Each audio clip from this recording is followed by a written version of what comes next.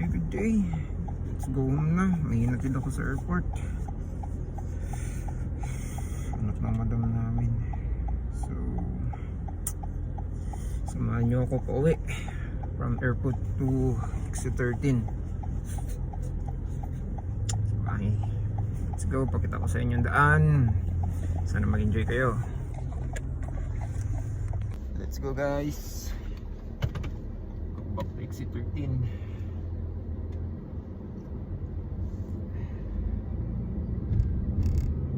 Just enjoy the view.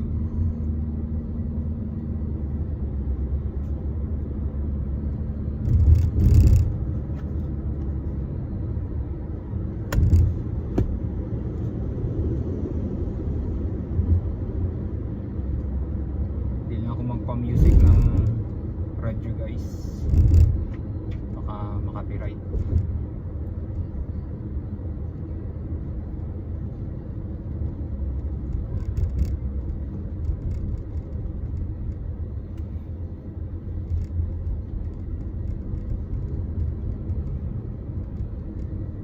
Sobrang stricto pa naman dito.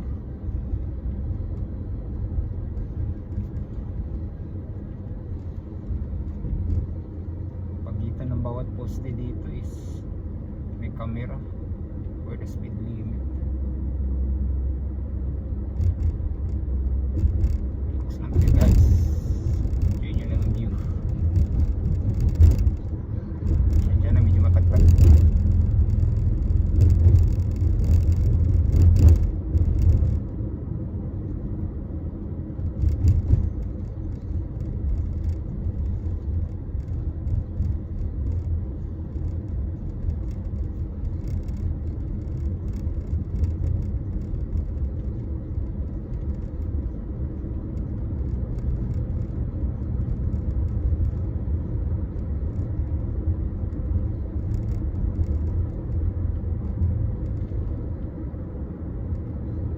Nga pala, itong nandito sa may kanan ko is Royal Terminal. Siguro para yan sa mga ano, kings, mga prince, mga royal family ng bansang ito. Yan ang terminal nila.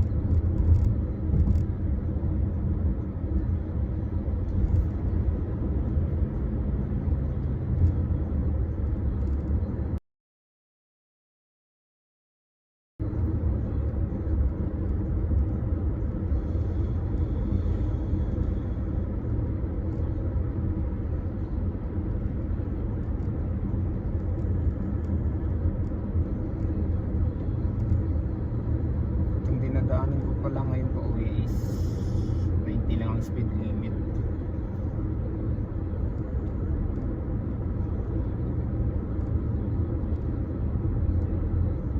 Pero bitin eh. Hindi maiwasan na mag-maintain ng 90. Kasi nga sa likod ng sasakyan natin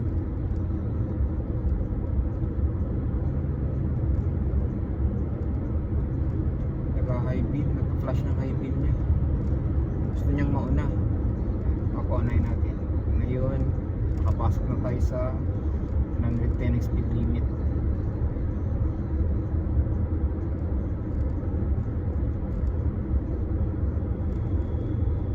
Sa mga baguhang family driver na tulad ko, yung mas bago pa sa akin, ng family driver dito sa Saudi. Ingat-ingat lang. Kahit saan may camera. Instant celebrity tayo dito.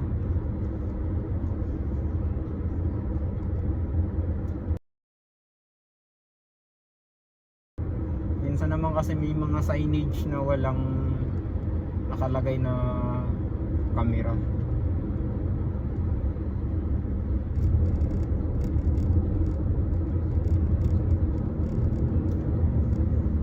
Basta pag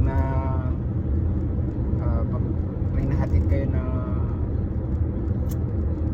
amo nyo o relatives ng amo nyo dito sa airport, ingat-ingat lang. Lagi lang magmasid. Magilid-gilid, may mga signage naman. Huwag lang manggigil kasi minsan nakakagigil talaga, lalo na makikita mo na napakalinis ng daanan. Tulad nito, medyo malinis yan. Talagang paggigilan mo talaga yung tapak ng accelerator ng sasakyan.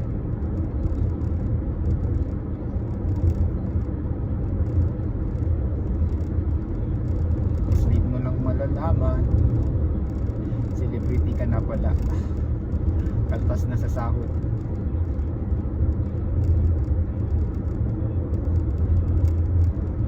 Dinadaanan ko ngayon pa uwi ng is 110 ang mga service vehicle, then ang truck is 70 speed limit.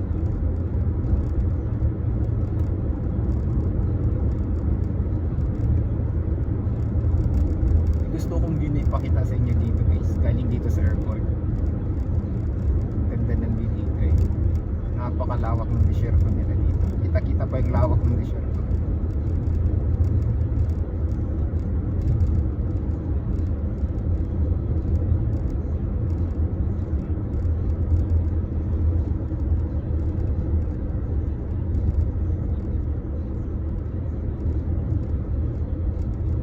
Sigurado kung kita nyo, medyo tagilin nyo.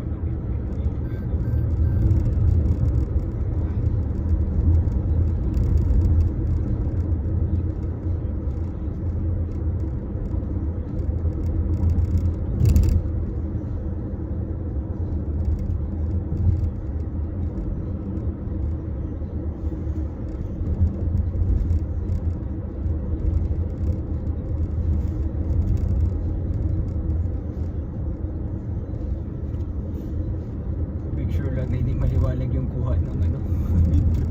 Tinitingnan talaga na. Ayan guys.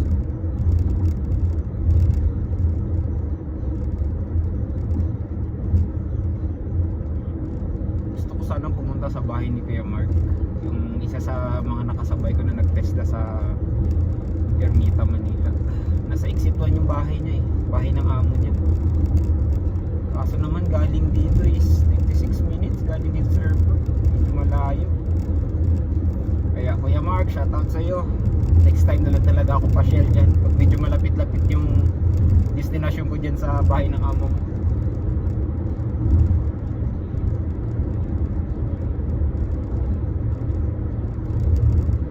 Okay, nasa 120 na tayo guys. 120 speed limit itong daanan na to.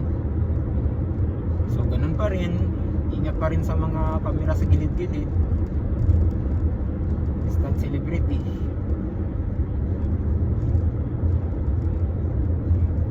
Kahit pagpalagay natin tulad yan, 120 yan guys. Kaya kung nakikita yan, may signage ng camera tapos 120 speed limit. Tapos hindi mo mamalayan kung saan nakalagay yung camera na yan. Pwede dito sa may mga poste itong sa kaliwa ko. Ayan, dito banda yung mga poste nakatayo na yan, yung matataas na yan. Nasa mga taas din ng camera. Meron din dito na akala mo poste lang siya. Pag hindi mo titigan ng maayos, talagang papagkamalan mo poste lang. Pero nung medyo malapit ka na, camera pala yun, poste na may camera. Ayun, tumunog na yung ano ko. Bitin guys, kakabitin.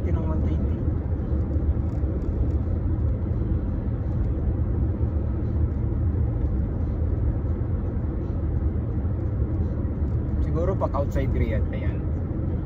Ang pagkakaalam ko pag outside Riyadh ang biyahe, lalo na kung papunta ng somewhere in Qatar, Dammam, nasa 140 o 145 ang speed limit ng daanan na yan. Ang daan nila papunta dyan sa mga lugar na yan. So tayo, hindi tayo pwedeng magmadali ngayon yan para makita nyo naman yung view, yung daanan ng airport pabalik kung saan man kayo. Charot.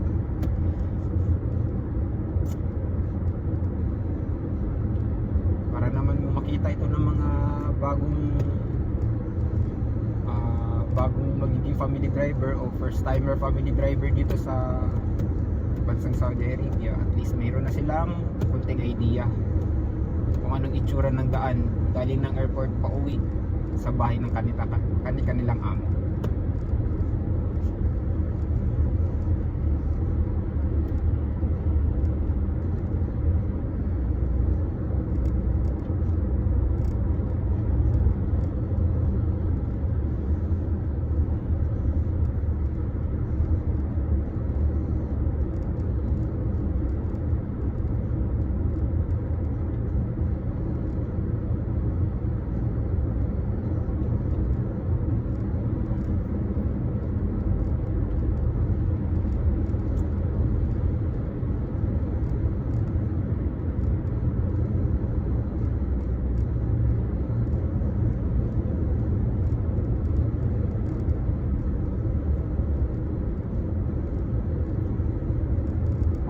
Lang dito mga guys, isipin nyo isang tulad ditong university dito sa bandang kanan ko. Itong university na to, sa loob nito mayroong train.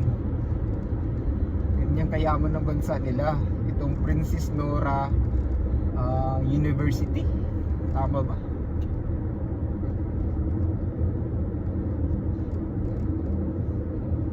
Oo nga, Princess Nora.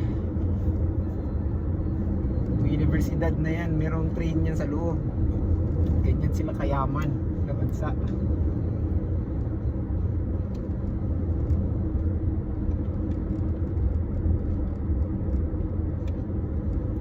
Tapos meron din dito syudad na, sa loob ng syudad na yan may syudad pa. Grabe. Somewhere in King Fahd, sa loob ng syudad na yan mayroon pang maliit na syudad na may train pa rin sa loob. Kamis. Pero pag gabi naman makamis ang traffic.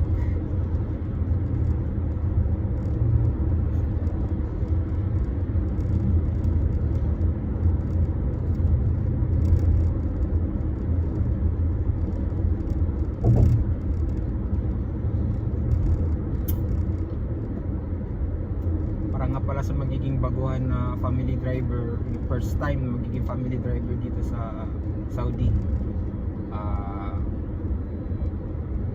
ingat-ingat pala kayo pag dito kayo luminya, itong dito banda sa pinakahuling linya dito sa kanan. Ito yung madalas na prone sa mga aksidente, lalo na sa mga banggaan ng sasakyan. Kasi itong dito, karamihan dito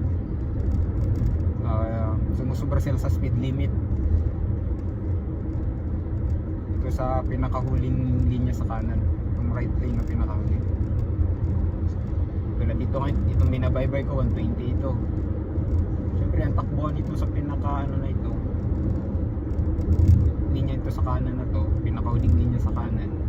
Takbuhan ng sasakyan dyan nasa mga 190. Ang iba naman bakanting-bakante, ayun na 120 pataas yung takbuhan nila.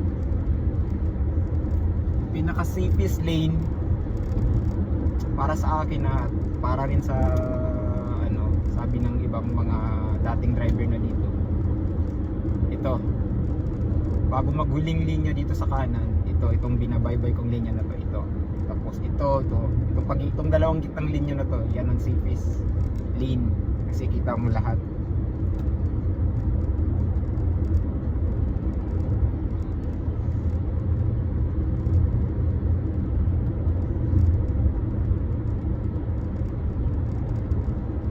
Mag-iilang buwan na ako dito pero hindi ko kaya i-sustain ang takbo ko dito. Itong linya na to, ito sa kanan. Kaya ko magstay dyan pag bakante yung likuran ko, walang sumusunod at medyo malayo sa unahan ko. Pero lalo na pag busy o medyo papasok na yung rush hour, hirap na magpasok dito sa linya na to, ang linya na to.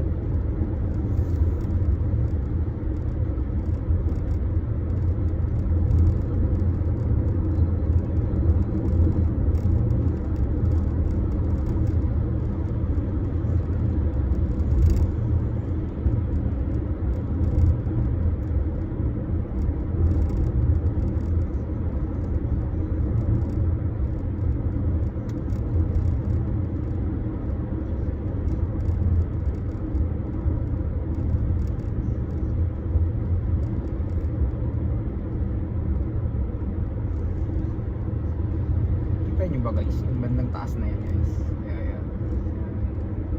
Train yan guys, functional na siya pero sabi ng ilan wala pa daw gaano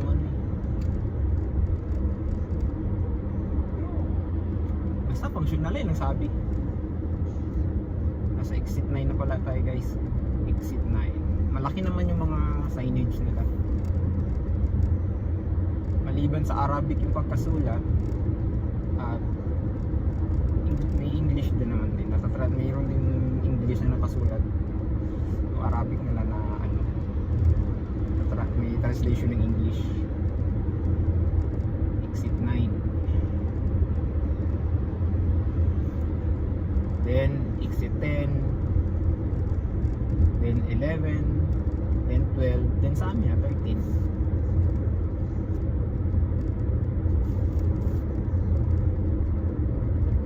Kahit pa paano naman sa 6 na buwan ko, kahit pa paano memorize ko na rin yung ibang daan.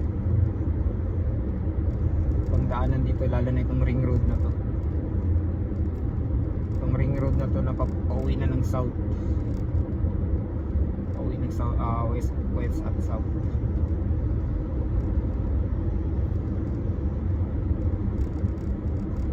Shoutout pala sa mga katulad kong Pinoy na family driver dito sa Saudi. Shoutout sa inyo. Drive safe, ingat palagi. Always pray pag lalabas tayo o ihahatid natin yung mga amo natin.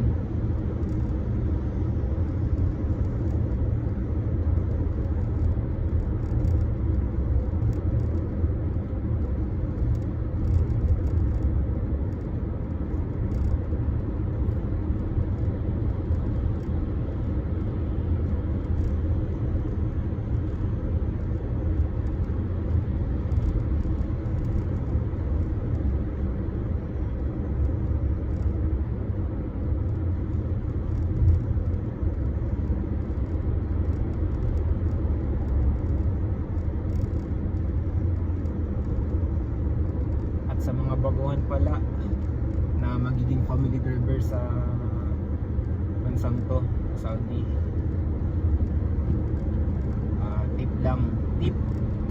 tips lang, di porket driver na tayo sa Pinas, pagdating dito is easy lang yung pagdadrive, pero mas mainam pa rin na mag-search na kayo dyan para lang sa baguhan na magpa-family driver na first timer talaga.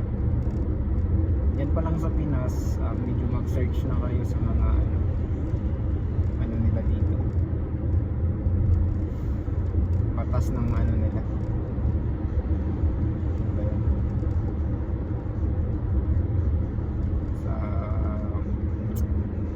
batas ng traffic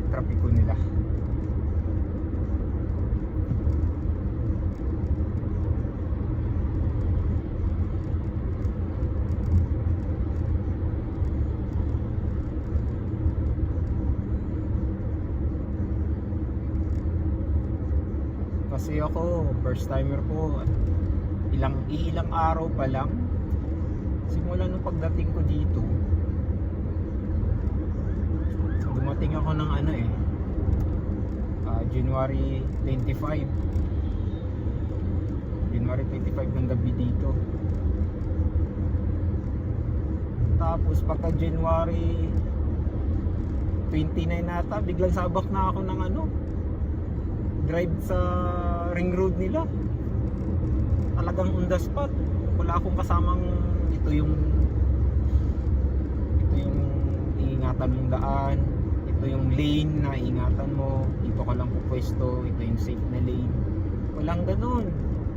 On the spot akong pinagmaneho. Yun na yung sabi ko na easy lang yung mahawak ng sasakyan. Ang mahirap naman i-adjust yung hindi mo alam kung saan yung may speed limit na ganito, o yung makakasabay mo sa daan, gaano ba ka palasubas o patakbo, kasi iba-ibang lahi nandito Pakistani, Sudan, Bangla, Jano.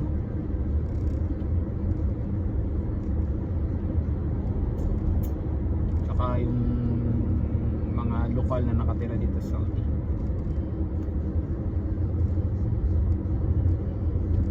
Kaya kung meron mang magtuturo sa inyo sa mga baguhan na first timer mag family driver dito sa Saudi, o kahit na hindi mag family driver, basta dito magtatrabaho tapos baguhan na kukuha ng sasakyan, ingat-ingat lang. At mas maganda sana kung may kakilala na kayo na matagal na nagmamaneho dito sa lugar na to, kasama na kayo at maturuan kayo.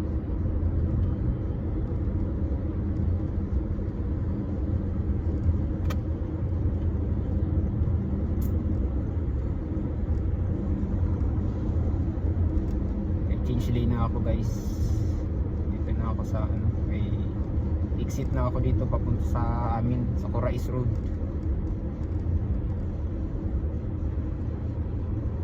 Dito ako mag-exit sa kanan. Nga pala, karamihan ng exit dito sa kanan. Another tips yan para sa mga baguhan at first timer dito. Tsaka bawat exit nga pala, karamihan sa bawat exit dito sa kanan ay may camera. Ingatan nyo nga pala yan. Yung parang may mga bilog-bilog na bakal. Pag matapakan yan ng tire ng sasakyan nyo, mate kagad instant celebrity dahil nakailang beses na ako nyan.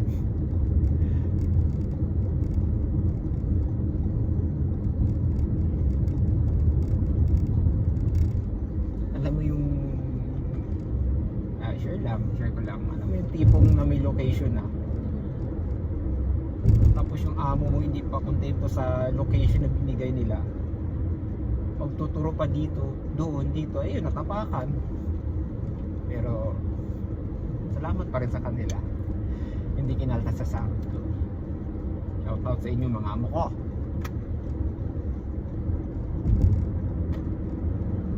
Ayan, nasa Qurais Road na ako guys, kung saan ang lugar ko.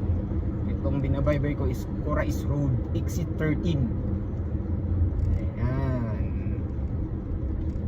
Sa mga datihang driver na Pinoy, family driver, at mga nagtatrabaho dito banda sa may exit 13 na Pinoy o Pinay, shoutout sa inyo. Ingat-ingat always mga kabayan. And hanap paraan para iwas homesick. Enjoy lang. Pag pagod, pahinga lang. Pag antok, tulog lang. Pag malungkot, iyak lang.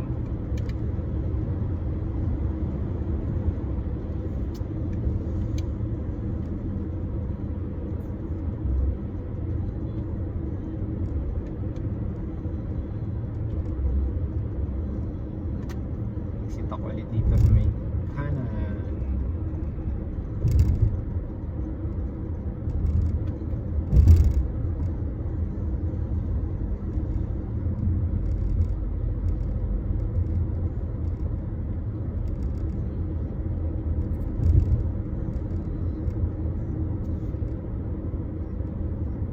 already 11 a.m.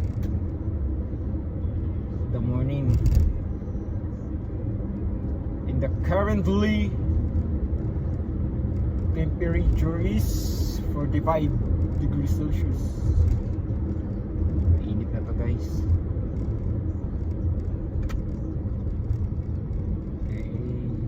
Nga pala, malapit ako sa may Al Sadhan Mall dito sa may X13 Corais Road. Kaya kung may makakilala man sa akin, just beat me. Charot lang. Kaway lang.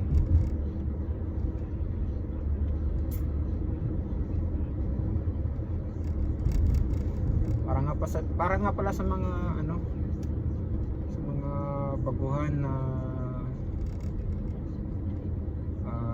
kababayan nating Pinoy. Kung naghahanap kayo ng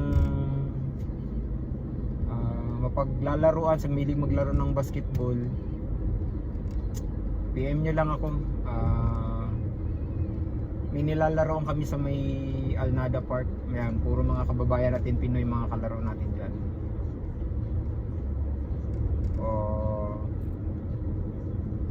And every Friday and Saturday, mas madalas Saturday ako pumupunta doon eh.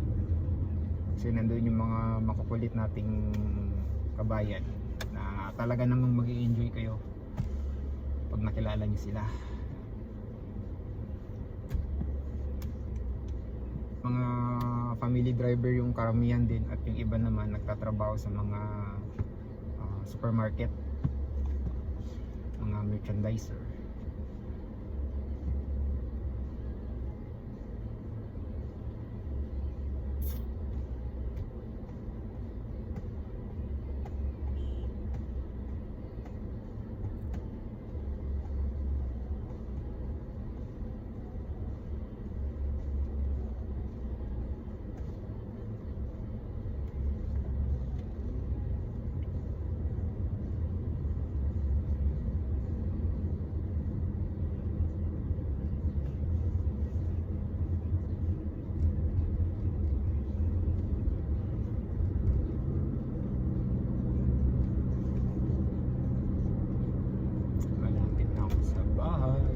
Pa ako hindi natapos na trabaho guys. Maghuhugas pa ako ng ano, garahe ng isang anak ng amo namin.